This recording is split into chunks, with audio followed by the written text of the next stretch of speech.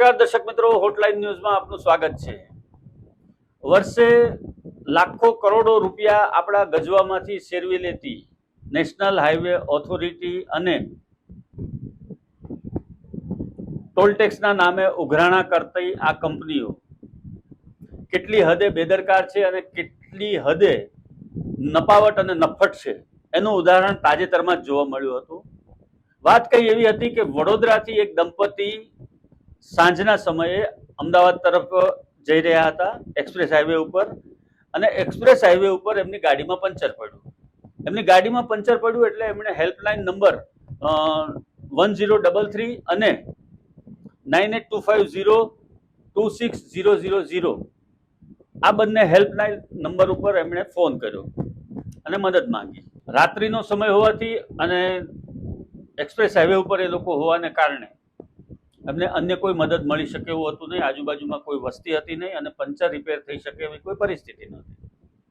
આ પરિસ્થિતિમાં એમણે આ નંબર ઉપર ફોન કર્યો ત્યારે શરૂઆતના તબક્કામાં તો કોઈએ ફોન ઉચક્યો જ નહીં, પરંતુ જ્યારે ઉચક્યો ત્યારે હા અમે મદદ માટે આવીએ છીએ એવું કહીને ફોન મૂકી દીધો। ત્યારબાદ બધા કદાચ ઘોંટાઈ ગયા હશે અથવા સૂઈ ગયા હશે અથવા આરામ કરવા જતા રહ્યા હશે, એટલે કોઈ આવ્યું નહીં।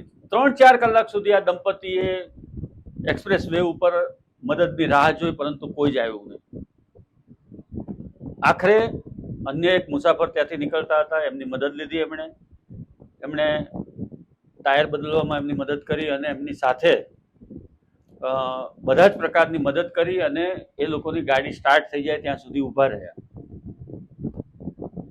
અહીંયા સવાલ એ થાય છે કે તમે હજારો લાખો કરોડો રૂપિયા મુસાફરો પાસેથી ટેક્સના સ્વરૂપમાં વસૂલો છો, એની સામે તમે શું સર્વિસ આપો છો?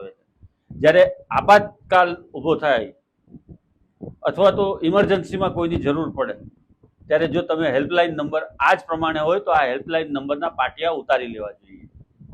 લોકોને તમારી મદદની કોઈ જરૂર નથી, લોકો એની રીતે વ્યવસ્થા કરી શકશે। આ તો એક પંચરની વાત છે, પરંતુ જો આ દંપતીને કોઈ અકસ્માત થયો હોત અને એમને ઘાયલ અવસ્થામાં આ પ્રમાણે 3-4 કલાક સુધી એક્સપ્રેસ હાઈવે ઉપર તરફડિયા મારવા પડ્યા હોત તો કદાચ બંનેના મૃત્યુ પણ થઈ શક્યા હોત, અથવા તો ગાડીમાં પંચર હોવાને કારણે કોઈ અન્ય બહારના લોકોએ આવી અને એ લોકોને મારપીટ કરીને લૂંટી લીધા હોત તો જવાબદારી કોની? તમામ સંભાવનાઓ છે। આ પ્રમાણે ગેરમંદરાઈ અને આ પ્રમાણેની નફટાઈ એની સામે તંત્રએ પગલાં ભરવા જોઈએ। રાજ્ય અને કેન્દ્ર સરકારે જે મોટી મોટી વાતો કરે છે કે નેશનલ હાઈવે ઉપર અમે આવા પ્રકારની સુવિધા આપીએ છીએ અને આ પ્રમાણેની સગવડતા આપીએ છીએ અને તમારો સમય બચાવીએ છીએ, આમાં ક્યાં સમય બચાવ્યો તમે? એ દંપતીની પરિસ્થિતિ શું હશે રાત્રિના સમયે એક્સપ્રેસ હાઈવે ઉપર કે જ્યાં માત્ર વાહનો સિવાય કોઈ જ વ્યક્તિ ન જોવા મળતા હોય, એવી પરિસ્થિતિની અંદર એમણે 3-4 કલાકનો સમય કઈ રીતે વિતાવ્યો હશે? આ બધી જ બાબતો ઉપર ચોક્કસ પગલાં ભરાવા જોઈએ અને આવા પ્રકારના જે બોર્ડ માર્યા છે એની સાથે સાથે હેલ્પ પણ લોકોને ચોક્કસ સમયસર મળવી જોઈએ। અન્યથા આવા નંબરો મારી અને દેખાડો કરવાનો કોઈ મતલબ નથી। તમે પ્રજાને લૂંટતા રહો, પ્રજાના પૈસે જલસા કરતા રહો અને મનસ્વી રીતે તમને ઈચ્છા થાય ત્યારે તમે સેવા કે સર્વિસ આપજો। આ ખૂબ ગંભીર બાબત છે અને આ ગંભીર બાબતમાં ચોક્કસપણે પગલાં ભરાવા જોઈએ। ધન્યવાદ દર્શક મિત્રો।